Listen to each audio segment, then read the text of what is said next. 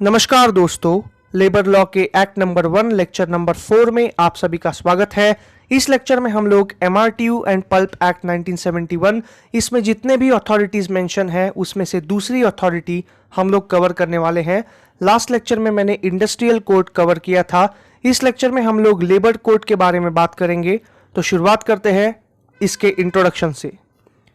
Lecture number 1 में मैंने आपको जो एमआरटीयू एंड पल्प एक्ट का एक कॉमन इंट्रोडक्शन दिया था, आपको यहां पर वही दिखना है और इसी के साथ आपको मेंशन करना है MRTU and PULP act has total 3 authorities in it. यहां पर आपको मेंशन करना है इंडस्ट्रियल कोर्ट, लेबर कोर्ट और इन्वेस्टिगेटिंग ऑफिसर के बारे में, और एग्जाम में चाहिए तो आप उनके सेक्शंस भी मेंशन कर सकते हो। लेबर लॉ बेसिकली सेक्शन 6 और सेक्शन 7 के बारे में उसमें जिक्र किया है। सेक्शन 6 में लेबर कोड का डेफिनेशन दिया है और सेक्शन 7 में लेबर कोड की ड्यूटीज दी गई है। हम लोग बेयर एक्ट का सेक्शन नंबर 6 देखते हैं।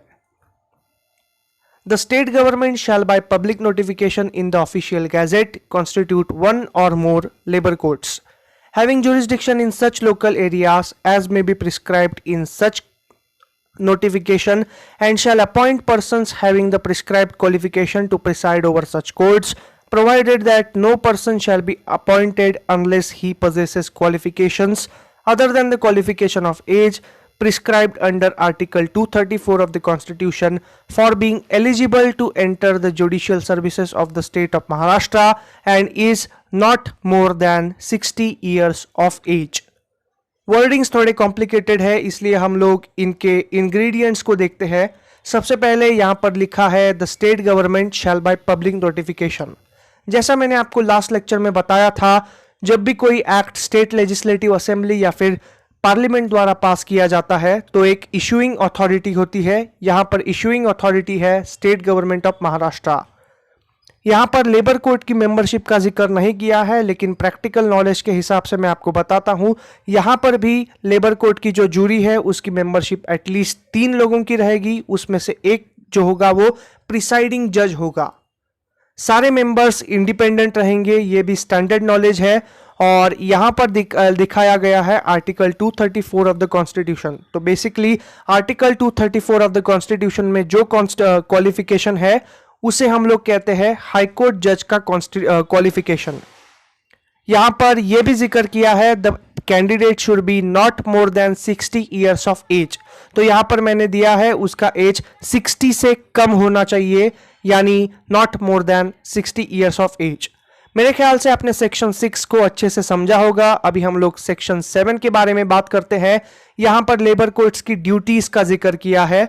सो बेयर एक्ट में यह कहा है it shall be the duty of the labour court to decide the complaints relating to unfair labour practices described in item number 1 of schedule 4 and to try offences punishable under this act.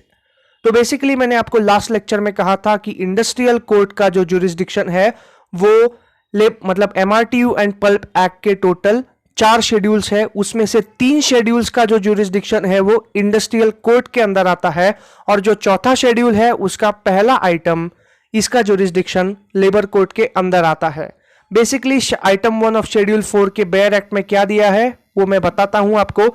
General unfair labour practices on the part of employers to discharge or dismiss employees by way of victimization not in good faith, by falsely implicating an employee in a criminal case or false evidence or on concocted evidence, माफ कीजिए, for patently false reasons or untrue or trumped up allegation of absence without leave in utter disregard of the principles of natural justice and for misconduct of a minor or a technical character। Basically यहाँ per employer यानी एक factory के owner ने उस factory के workman को बिना कोई सफिशिएंट रीजन दिए या फिर 30 डेज का नोटिस दिए अगर निकाल दिया तो उस पर्टिकुलर प्रैक्टिस को item number 1 of the schedule 4 of MRTU and PULP act के जो शेड्यूल है उसमें लिखा जाता है। और बेसिकली जो लेबर कोर्ट है वो एम्प्लॉयर के लिए नहीं पर एम्प्लॉई के लिए यानी इंडस्ट्रियल वर्कमैन के लिए फेवरेबल है। अगर किसी एम्प्लॉयर ने यानी फैक्ट्री के ओनर ने बिना कोई सफिशिएंट रीजन दिए या फिर डेमोक्रेटिक जो प्रिंसिपल्स होते हैं उनका पालन ना करते हुए या फिर प्रिंसिपल्स ऑफ नेचुरल जस्टिस का पालन ना करते हुए किसी एम्प्लॉई को सफिशिएंट रीजन दिए बगैर निकाल दिया, तो एम्प्लॉई या फिर उसका ट्रेड यूनियन लेबर कोर्ट में एप्लीकेशन कर कर एम्प्लॉयर के खिलाफ यानी ओनर के खिलाफ केस कर सकता है। ये इसमें बताया गया है। तो ऐसी केसेस को ट्रीट करना या फिर ऐसी केसेस को डिस्पोज ऑफ करना मेन फीचर है लेबर कोर्ट का। I hope you understood until this. तो item number 1 and schedule 4 talks about the unfair labour practices of dismissing an employees without giving a sufficient reason and a 30-day notice. Rest of the unfair labor practices of the employer are listed in other schedules.